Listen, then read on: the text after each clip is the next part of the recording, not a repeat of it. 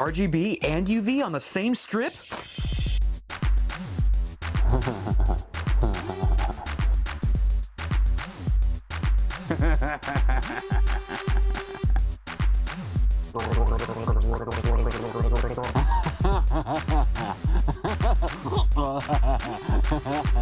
Introducing the RGB UV hybrid LED strips from CableMod. Click on the link in the description for more info. Please use responsibly. What's up, guys? If you're watching this video on the day of upload, the embargo on Intel's 7th generation Core processors has finally lifted, giving me free reign to spill the beans on Kaby Lake and its Z270 chipset. But in light of preparing for CES in Las Vegas, which is practically here, I'm keeping this launch video short and sweet, with a set of benchmarks between the flagship Kaby Lake Core i7 7700K and its direct successor, the Skylake Core i7 6700K, to see what increase in gaming performance one might benefit from when upgrading to the newer platform. Now, as a semi-spoiler, we're not going to be seeing through-the-roof gains here, because Kaby Lake is just an optimization of the same 14nm architecture that Skylake is based on. Not to mention, both carry the same 4-core 8-thread count and cache capacity. Although clock speeds see a nice boost in the new Core lineup, much of the hype surrounding Kaby Lake involves support for features like Intel's super-fast Optane storage technology and a wider range of interfaces with Z270, such as onboard USB 3.1 Gen 2 Type-C. Now, are these cool next-level features that we should get excited about? Yes. Will they increase our frame rates and make our games prettier? Not a chance. Still, I would be a fool to think that would stop you guys from asking whether or not you should upgrade from Skylake to Kaby Lake specifically for gaming, which is why I've made this video to tell you in a nutshell, no. To back this claim up, I used a number of constants for our testing, including 16 gigs of Corsair Vengeance LPX DDR4 at 3200, the Corsair H100i GTX V2, a GTX 1070 Founders Edition running at reference speeds, a 1TB Crucial MX200, and an old but still working Corsair HX 750W power supply. The only variables in this test were the CPUs, of course, and the motherboards. For Z170, I employed the Asus Maximus 8 formula, and its new challenger, the Z270 Gaming M7 from MSI.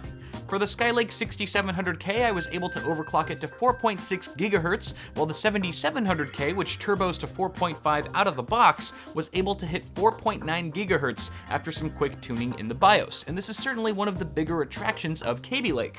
Awesome overclocking potential and higher clock speeds over its predecessor.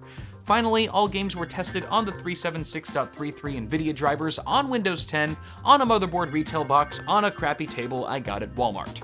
True story. With all that said, let's fire up the benchmarks and see how these two chips stack up.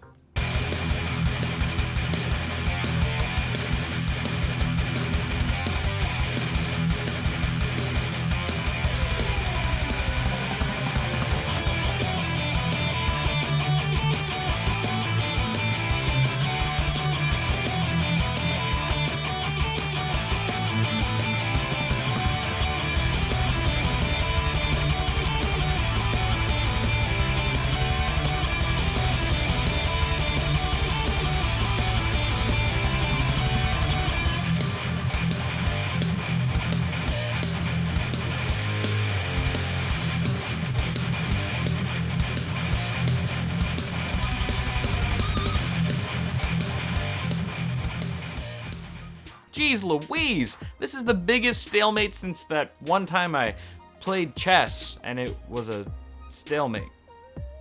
Shut up.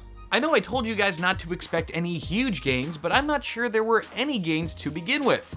I mean, the 7700K's widest lead was 3 FPS in GTA 5 at 1080p, and the rest of the results were so close, there's really no distinct winner. It's basically a wash.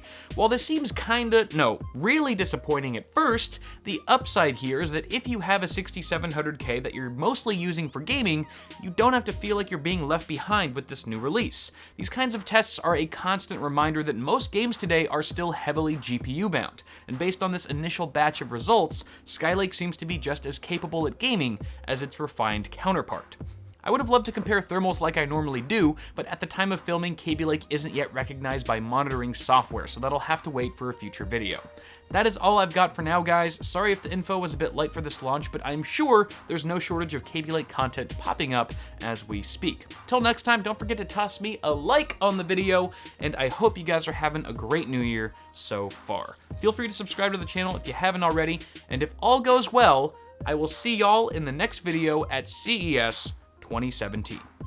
Have a good one.